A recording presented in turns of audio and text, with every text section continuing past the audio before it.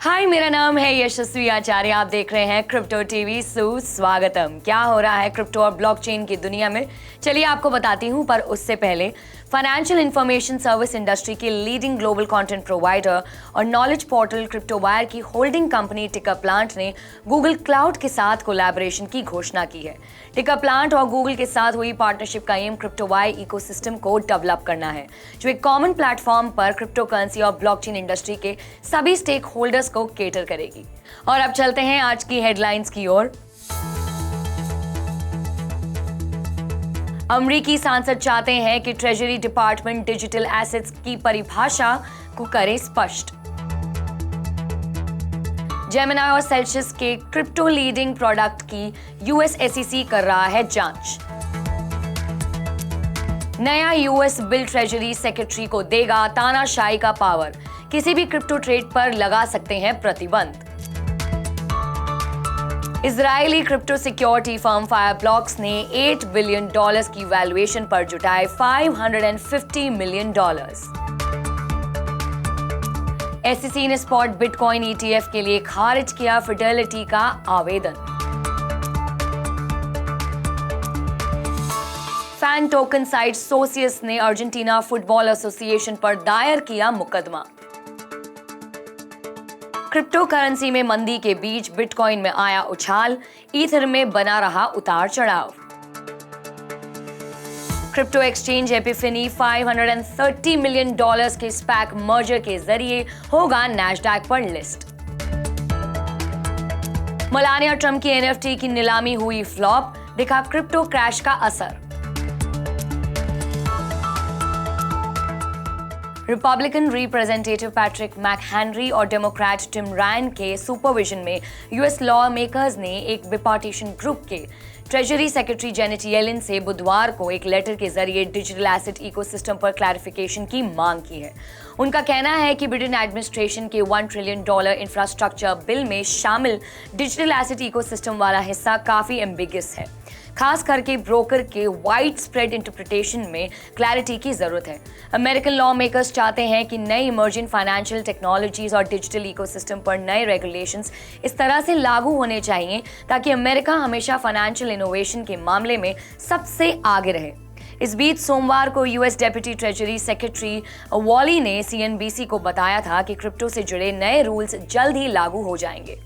United states securities और exchange commission Gemini, Celsius network और Voyager digital द्वारा पेश किए गए कुछ high yield crypto lending products को रिव्यू कर रहा है।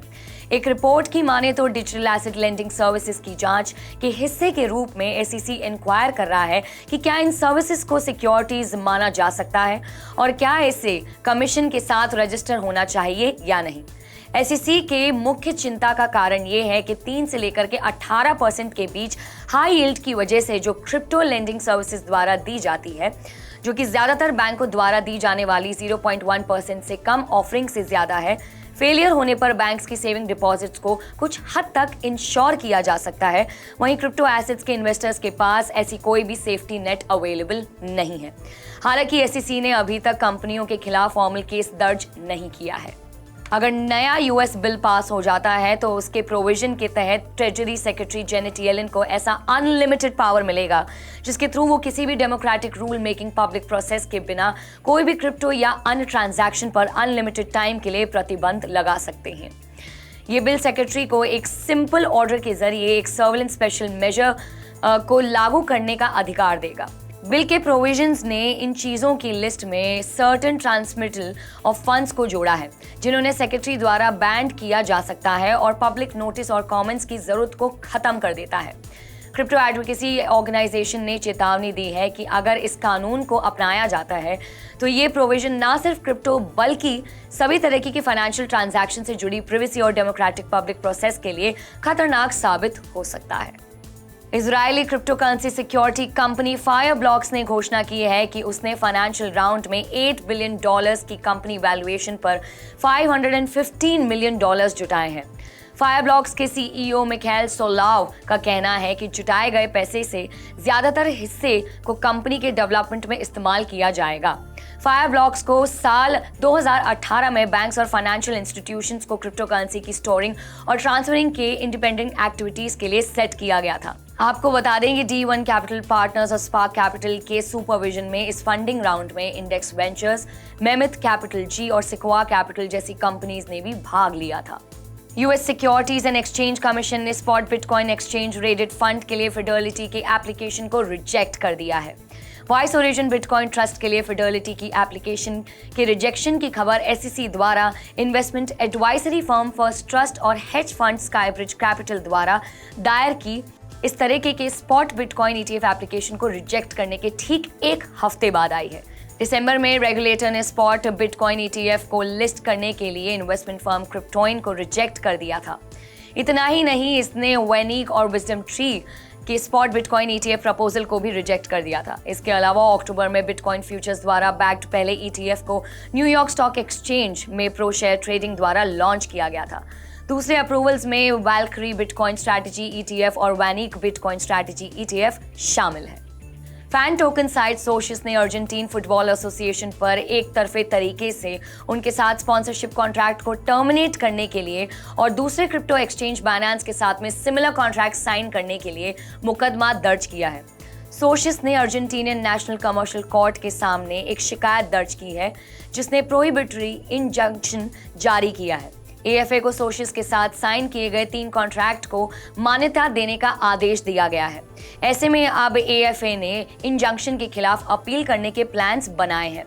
ये लीगल एक्शन AFA द्वारा बाइनेंस स्पॉन्सरशिप की घोषणा करने के एक दिन बाद आया है। नई डील के तहत AFA ने बाइनेंस के साथ अपनी नेशनल सॉकर टीम्स और प्रोफेशनल सॉकर लीग को 5 साल के लिए स्पॉन्सर करने के लिए अग्रीमेंट पर साइन किए हैं। इस कदम को उठाने के लिए AFA ने कुल 3 हफ्ते पहले सोशियस के साथ 2021 में किए गए 3 कॉन्ट्रैक्ट को कैंसिल कर दिए थे। US federal reserve chairman Jeremy पावल की तीखी टिप्पणी के बाद क्रिप्टो करेंसी मार्केट में नर्वसनेस को हाईलाइट करते हुए बिटकॉइन ने जहां अर्ली मॉर्निंग एशियन ट्रेड्स में इस फ्राइडे उछाल देखा, वहीं ईथर में काफी उतार चढ़ाव देखने को मिला। ऐसे में इन्वेस्टर्स बेट लगा रहे हैं कि यूएस फेड इस साल 4 गुना से भी ज्यादा इंटरेस्ट रेट हाइक करेगी। क्रिप्टो को लेकर मंदी के बीच US डॉलर को मजबूत देखा गया, जो इन्वेस्टर्स को स्टॉक्स और क्रिप्टो करेंसी जैसे रिस्क वाले एसेट्स के बजाय सेफ हेवन एसेट्स को प्राथमिकता देने की तरफ संकेत देता है। डॉलर में मजबूती एक तरह से बिटकॉइन के लिए मंदी की वजह है। US डॉलर करेंसी इंडेक्स पिछले 24 घंटों में 0.79% बढ़कर 97.2% हो गया है। बिटकॉइन पिछले 24 घंटों में 2.48% के उछाल के साथ $36,860,000 पर ट्रेड कर रहा है, जबकि ईथर उतार चढ़ाव के साथ $2,389 पर ट्रेड कर रहा है। ज्यादातर अन ऑल्ट कॉइन्स में भी फ्लक्चुएशन देखा गया है। ये थी आज की खबरें from the world of crypto and blockchain. पर जाते जाते क्रिप्टोवायर ने भारत के पहले क्रिप्टो करेंसी इंडेक्स IC15 को लॉन्च किया है। क्रिप्टोवायर एक ग्लोबल सुपर ऐप है जिसमें क्रिप्टो टीवी चैनल भी शामिल है। IC15 इंडेक्स का उद्देश्य निवेशकों को दुनिया भर के प्रमुख क्रिप्टो एक्सचेंजेस पर listed top 15 widely traded liquid crypto currency के परफॉर्मेंस को ट्रैक करने में मदद करना है।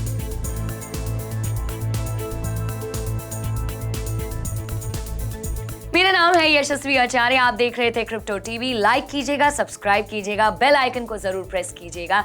ऐसे में क्या होगा, आपके पास में सबसे पहले पहुंचेंगी खबरें from the world of crypto.